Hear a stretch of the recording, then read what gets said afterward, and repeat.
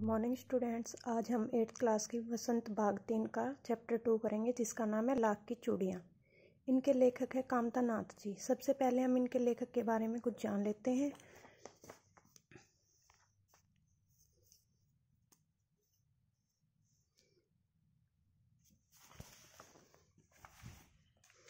कामता नाथ जी का जन्म 22 सितंबर 1935 ईस्वी को उत्तर प्रदेश के लखनऊ में हुआ।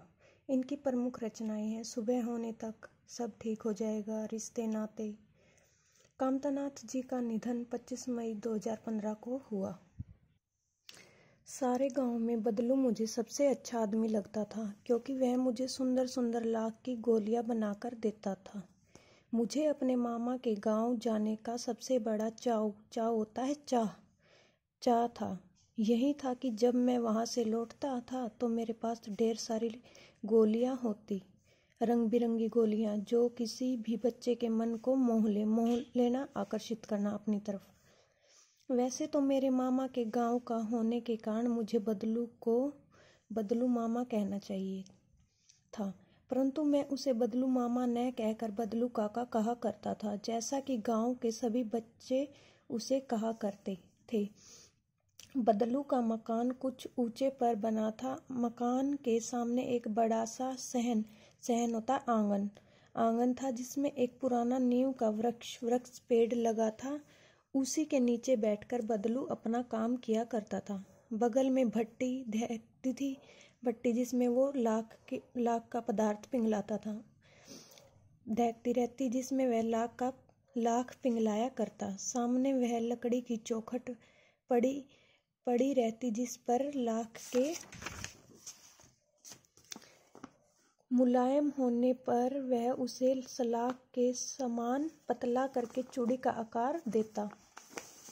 पास में 4-6 विभिन्न आकार के बेलनुमा मुंगेरियां रखी रहती थी, जो आगे से कुछ पतली और पीछे से मोटी होती थी।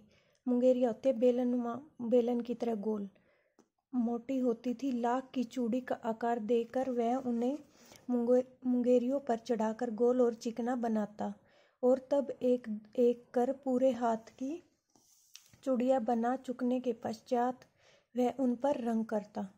बदलू यह कार्य सदा ही एक मचिए पर बैठकर किया करता था, जो बहुत ही पुरानी थी। बगल में ही उसका हुक्का रखा था, जिससे वह बीच बीच में पीता रहता। गांव में मेरा दोपहर का समय अधिकतर बदलू के पास बीतता। वह मुझे लल्ला कहा करता, और मेरे पहुंचते ही मेरे लिए तुरंत एक मचिया होता बैठने की मंगा देता। मैं घंटों बैठे बैठे उस पर इस प्रकार चूड़ियां बनाते देखता रहता। लगभग रोज ही वह 4-6 जोड़े चूड़ियां बनाता। पूरा जोड़ा बना लेने पर वह उसे बेलन पर चढ़ाकर कुछ समय चुपचाप देखता रहता, मानो वह बेलन न होकर किसी नववधू की कलाई हो, नववधू नई दुल्हन। बदलू मनिहार था। मनिहार होता है जो चूड़ियां बनाता है। चूड़ियां बनाना उसका पैतृक पैसा था। पैतृक होता है जो हमें दादा से जो पैसा मिलता है, जो कार्य मिलता है, उसको पैतृक पैसा बोलते हैं। और वास्तव में वह बहुत ही सुंदर चूड़ियां बनाता था। उसकी बनाई हुई चूड़ियों की खपत भी बहुत थी। उस गांव में तो वह सभी स्त्रियां उसकी बनाई हुई चूड़ियां पहनती थी। आसपास के गांव के लोग भी उससे चूड़ियां ले जाते थे, परंतु वह कभी भी चूड़ियों को पैसों से बेचता न था। उसका अभी तक वस्तु विनिमय होता है, वस्तु के बदले वस्तु खरीदना, वस्तु विनिमय का तरीका था। और लोग अनाज के बदले उसे चूड़ियां ले जाते थे। उसको बदलू को अनाज दे जाते और उसके बदले में चूड़ियां ले जाते थे। बदलू स्वभाव में बहुत सीधा था। मैंने कभी भी उससे किसी से झगड़ते नहीं देखा। हाँ, शादी विवाह के अवसर पर वह अवश्य जिद पकड़ जाता था। जीवन भर चाहे कोई उससे मुफ्त चूड़ियां ले जाए, परंतु विवाह के अवसर पर वह सारी कसर निकाल लेता। आखिर सुहाग के जोड़े का महत्व ही और महत्व ही और होता है। मुझे याद है मेरे मामा के यहाँ किसी लड़की के विवाह पर जरा सी किसी बात पर बिगड़ गया और फिर उसको मनाने में लोहे लग गए। विवाह में इसी जोड़े का मूल्य इतना बढ़ जाता था कि उसके लिए उसकी घरवाली को सारे वस्त्र मिलते, ढेरों अनाज मिलता, उसको अपने लिए पगड़ी मिलती और रुपये जो मिलते सो अलग। यदि संसार में बदलू को किसी बात से चिढ़ थी तो वह थी कांच की चूड़ियों से। यदि किसी भी स्त्री के हाथों में उसे कांच की चूड़ियां दिख जाती तो वह अंदर ही अंदर कुढ़ होता जलन, और कभी कभी तो 2-4 बातें भी सुना देता। मुझे तो वह घंटों बातें किया करता। कभी मेरी पढ़ाई के बारे में पूछता, कभी मेरे घर के बारे में, और कभी यूं ही शहर के जीवन के बारे में। मैं उससे कहता कि शहर में सब कांच की चूड़ियां पहनते हैं, तो वह उत्तर देता, शहर की बात और है लल्ला, वहाँ तो सभी कुछ होता है। वहाँ तो औरतें अपने मर्द का हाथ पकड़कर सड़कों पर घूमती भी हैं, और फिर उनकी कलाइयाँ नाजुक होती हैं ना। लाख की चूड़ियाँ पहने तो मोच न आ जाए। मोच होता हाथ पैर का मुड़ जाना। कभी कभी बदलू मेरी अच्छी खासी खातिर भी करता। जिन दिनों उसकी गाय के दूध होता वह सदा मेरे लिए मलाई बचा कर रखता, और आम की फसल में तो रोज ही उसके यहाँ से 2-4 आम खा आता। परंतु इन सब बातों के अतिरिक्त जिस कारण वह मुझे अच्छा लगता था यह था कि लगभग रोज ही वह मेरे लिए 1-2 गोलियां बना देता। मैं बहुधा हर गर्मी की छुट्टी में अपने मामा के यहाँ चला जाता और 1-आध महीने वहाँ रहकर स्कूल खुलने के समय तक वापस आ जाता। परंतु 2-3 बार ही मैं अपने मामा के यहाँ गया हूँगा। तभी मेरे पिता की एक दूर के शहर में बदली हो गई, और एक लंबी अवधि होते समय तक मैं अपने मामा के गांव न जा सका। तब लगभग 8-10 वर्षों के बाद जब मैं वहां गया तो इतना बड़ा हो चुका था कि लाख की गोलियों में मेरी रुचि नहीं रह गई थी। अतः गांव में होते हुए भी कई दिनों तक मुझे बदलू का ध्यान न आया। इस बीच मैंने देखा कि गांव में लगभग सभी स्त्रियां कांच की चूड़ियां पहने हैं। विरले ही हाथों में मैंने लाख की चूड़ियां देखी। विरले होता है किसी किसी के।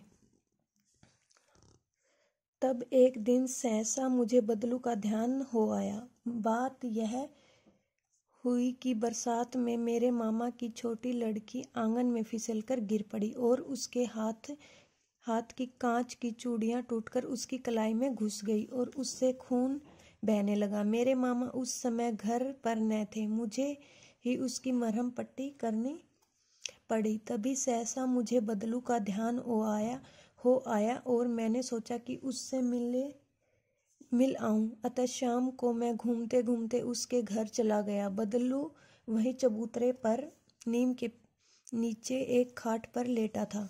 नमस्ते बदलू काका, मैंने कहा। नमस्ते भैया, उसने मेरी नमस्ते का उत्तर दिया और उठकर खाट पर बैठ गया। परंतु उसने मुझे पहचाना नहीं और मेरी तरफ और देर तक मेरी ओर निहारता रहा। मैं हूँ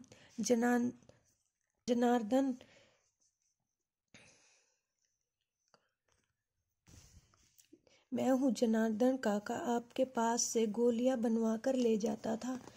मैंने अपना परिचय दिया। बदलू फिर भी चुप रहा, मानो वह अपने स्मृति पलट पर अतीत के चित्र उतार रहा हो।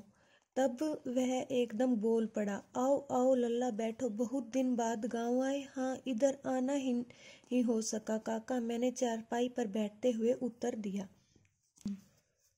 कुछ देर फिर शांति रही। मैंने इधर उधर दृष्टि दौड़ाई। न तो मुझे उसकी मचिया ही नजर आई, न ही भट्टी।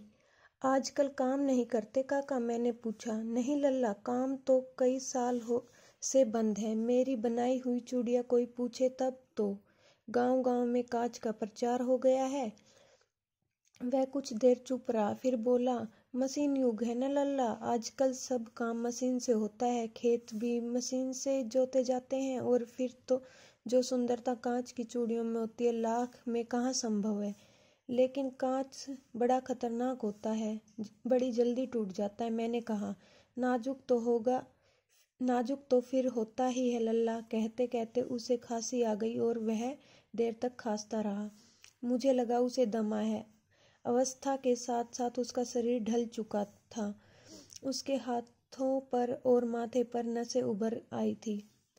जाने कैसे उसने मेरी शंका भांप ली और बोला, दमा नहीं है मुझे, फसली खांसी है, यही महीने 2 महीने से आ रही है, 10-15 दिन में ठीक हो जाएगी। मैं चुप रहा। मुझे लगा उसके अंदर कोई बहुत बड़ी व्यवस्था छिपी है। मैं देर तक सोचता रहा कि इस मशीनी युग ने कितने हाथ काट दिए हैं। कुछ देर फिर शांति रही, जो मुझे अच्छी नहीं लगी। आम की फसल अब कैसी है काका? कुछ देर के पश्चात मैंने बात का विषय बदलते हुए पूछा। अच्छी है लल्ला, बहुत अच्छी है, उसने लह कर उत्तर दिया और अंदर अपनी बेटी को आवाज दी, अरे रज्जो, लल्ला के लिए आम तो ले आ। फिर मेरी ओर मुखातिब होकर बोला, माफ करना लल्ला, तुम्हें आम खिलाना भूल गया था। नहीं नहीं काका, आम तो इस साल बहुत खाए हैं। वाह वाह, बिना आम खिलाए कैसे जाने दूं तुमको। मैं चुप हो गया। मुझे वे दिन याद हो आए जब वह मेरे लिए मलाई बचा कर रखता था। गाय तो अच्छी है न काका? मैंने पूछा। गाय कहाँ है लल्ला, 2 साल हुए बेच दी, कहाँ से खिलाता। इतने में रज्जो, उसकी बेटी, अंदर से एक डलिया में ढेर से आम ले आई। यह तो बहुत है काका, इतने कहाँ खा पाऊंगा, मैंने कहा। वाह वाह, वह हंस पड़ा। शहरी ठहरे ने, मैं तुम्हारी उम्र का था तो इसके चौगुने होते 4 गुना आम तक एक बखत एक समय में खा जाता था। आप लोगों की बात और है, मैंने उत्तर दिया। अच्छा बेटी, लल्ला को 4-5 आम छाट कर दो, सिंदूरी सिंदूरी लाल लाल लाल आम होते हैं, सिंदूरी वाले देना। देखो लल्ला कैसे हैं, इसी साल यह पेड़ तैयार हुआ है। रज्जो ने 4-5 आम अंजुली में रखकर मेरी ओर बढ़ा दिए। आम लेने के लिए मैंने हाथ बढ़ाया तो मेरी निगाह एक क्षण के लिए उसके हाथों पर ठिठक गई। गोरी गोरी कलाइयों पर लाख की चूड़ियां बहुत ही फब रही थी। बदलू ने मेरी दृष्टि देख ली और बोल पड़ा, यही आखिरी जोड़ा बनाया था जमींदार साहब की बेटी के विवाह पर। 10 आने पैसे मुझको दे रहे थे, मैंने जोड़ा नहीं दिया।